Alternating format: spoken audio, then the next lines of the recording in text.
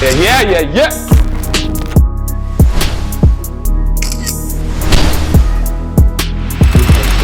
Top floor. Yeah. Penthouse living. Everyone's just getting lit. This room, once it's done, we're gonna call this Penthouse East. There was a mansion property you had before, that you might still have now. Which one? That you had, which one? The more hands you shake, the more money you can make. The level of experience that I have now would be a crime not to help people and the next generation. 100%. So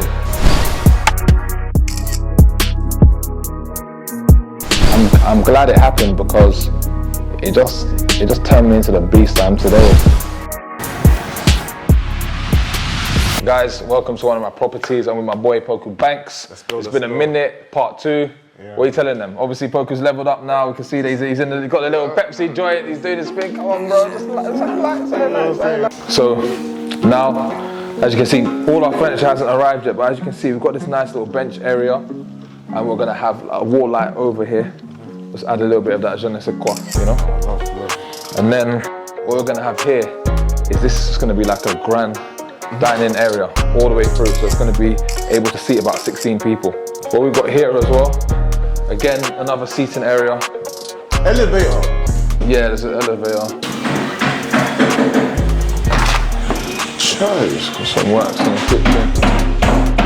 Got the media wall which we're building in now. You saw this a few days ago. Guys, tell us about the plan, like what we're doing in here. 75-inch TV. Yeah, it's flush with this. Yeah. And here gonna be LED lights. Yeah. And there, LED lights. See. Okay. Yeah. I love the attention to detail. Like you've hired someone specifically just for the media wall. Like this ain't just get a contractor and just do all the house. This is specific. Yeah. No stairs. Stairs, baby. So yeah, now this is the nightclub. Okay. Yeah. So as you can see, how you doing, guys? You okay? Yeah. So obviously we're gonna have like paneling going all the way around. We've got a full speaker system. Basically, this is going to be for like venue hire, masterminds, all that kind of stuff. This is where we're just going to have a bit of fun with it, play a few games. Here we've got cinema room. It doesn't stop. So we've got a 120-inch projector, and then we've got a HD projector with Netflix, built-in YouTube. It's here. Actually, we've got to pick this one up. Got the projector as well, so wow. Yeah, this is going to be a nice cinema room. Yeah, that's a proper cinema room still. Yeah. Now we're on the second floor. I'll show you the rooms. This is what we call a super king. Yeah, this is for a king, man. Also, we've got a 65-inch TV because we're not stingy. Yeah. Master bathroom, walk-in wardrobe. Basically a jet ski. Yeah, it is, yeah. Every room's got an ensuite.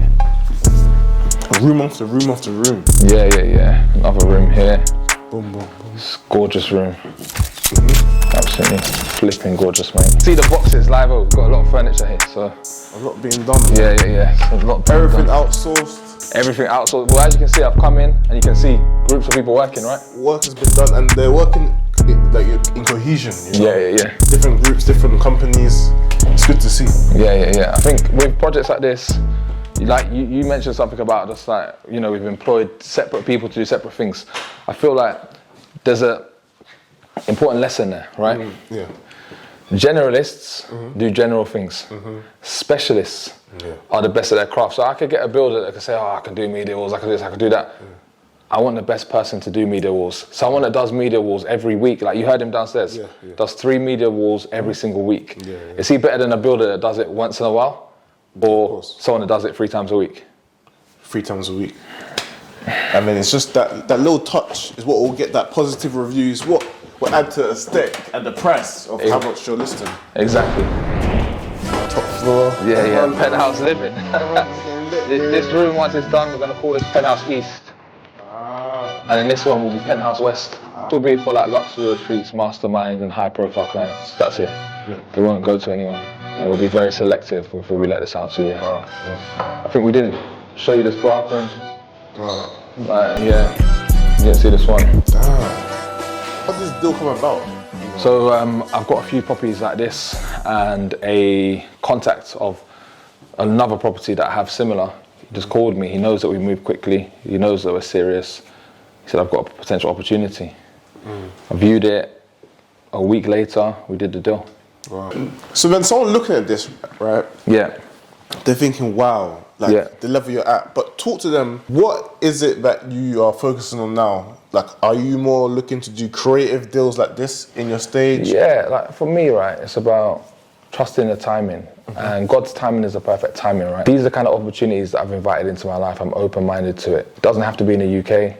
This kind of luxury property where we can create experiences, that's what I like to do. That's what I'm focusing on. And also, I feel like with the level of experience that I have now, it would be a crime not to help people and the next generation. 100%. So that's why I'm also very passionate about coaching, whether that's business coaching, property coaching, something that I'm focusing on now as well, because giving people an insight into how these kind of deals work, like the nuts and bolts. Obviously we can talk on YouTube, but the actual nuts and bolts of how to get to this level, I think it's valuable. I think it's valuable insight for people. There was a mansion property you had before, you might still have now. Which one? That you had, which one? With something like this, it's more, you can go, you know, a week or weeks without bookings, but there's that one booking that makes up for, you know, costs and whatnot. Is that how the play is with the mansion properties? We don't focus on occupancy. We focus on the nights that we do rent. We rent them for the right amount so that we are covered. Obviously we are a business, so we are in it to make profit. But what we find is that if you focus on the experience, profits will come.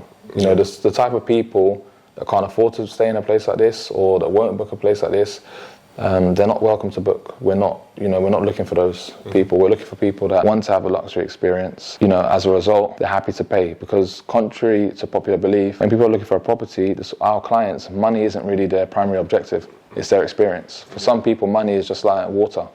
Some vulnerabilities, some L's may have taken that have shaped you into who you are today. I lost 25k because I didn't read a contract properly. Wow. I couldn't complete on a property in time, and the owner didn't extend. So yeah, my 25k was just, and then he resold the property to someone else. So you spent 25k. So I was buying the property in stages, and I put 25k down, and I had to obviously then get finance in place to complete. But my finance took longer than anticipated, and I was still relatively new to buying houses. So that was a 25k lesson. Yeah, that's probably the biggest property that I've taken. Would you say, compared to the wealth you had, that was a big chunk? Yeah, that was painful, bro. Like, it wasn't easy. I can't sit here and tell you that I smiled that one off. It hurt. It hurt, but I'm glad it happened, because it just turned me into the beast I am today. 2 ways to deal with a problem, right? One way is just to like start crying about it, wallowing in the problem. The other way is, okay, cool, how am I gonna make that back? How am I gonna 10x that? How am I gonna 100x that? Bad things can sometimes happen. It's not about the bad thing, it's about how you handle it. You can have a lack of finances, right? But you don't have a lack of resources, in the sense that you don't have a lack of energy, you don't have a lack of opportunity to go to networking events. You can always do more. Like, if you're making 1 call, why don't you make 10? If you're sending 1 email, why don't you send 100? You know, if you're going to 1 networking event a month, why don't you go to 5 networking events a week? The more hands you shake, the more money you can make, potentially. So attention is a good currency. If you're doing something and you're in an industry, if people don't know who you are, how do you expect to make money? There you go. What are some like step-by-step guides on how be brave? Be brave. Believe in yourself. You need to know that, look, if you think you can do more, you can do more. God hasn't placed that feeling or thought in your mind for no reason. If you're in your 9 to 5 wondering, should I leave? Can I do more? Take the chance. What is the worst that can happen? That's number 1. But 2, don't rush it. Make sure that you're building your side hustle on the side, so that once you leave your job, you're not just dependent on your income from the business, because the worst place to be financially is desperate. If you're desperate to make money in your business, you'll make bad decisions. You won't water the business seeds enough to let them grow in their own time. The third thing is, if you believe in your business, don't start any side hustle or business that you don't think that you can follow through for at least the next 5 years, consistently. You know, if you think, oh, it's not good enough. Consistency. Look, we did our first video how many years ago? 4 years ago. What's changed? Nothing. I'm still consistent. Things just got bigger. And before that, I was working years consistently in the background. I didn't come onto social media just to say, oh, look at me. I was working, bro. Social media was I just documented the journey. And here we are today. What do you say are some actionable steps someone should take from watching this video? Like, after this video, you need to do what? Look, if they want to change the situation, you need to increase your knowledge, right?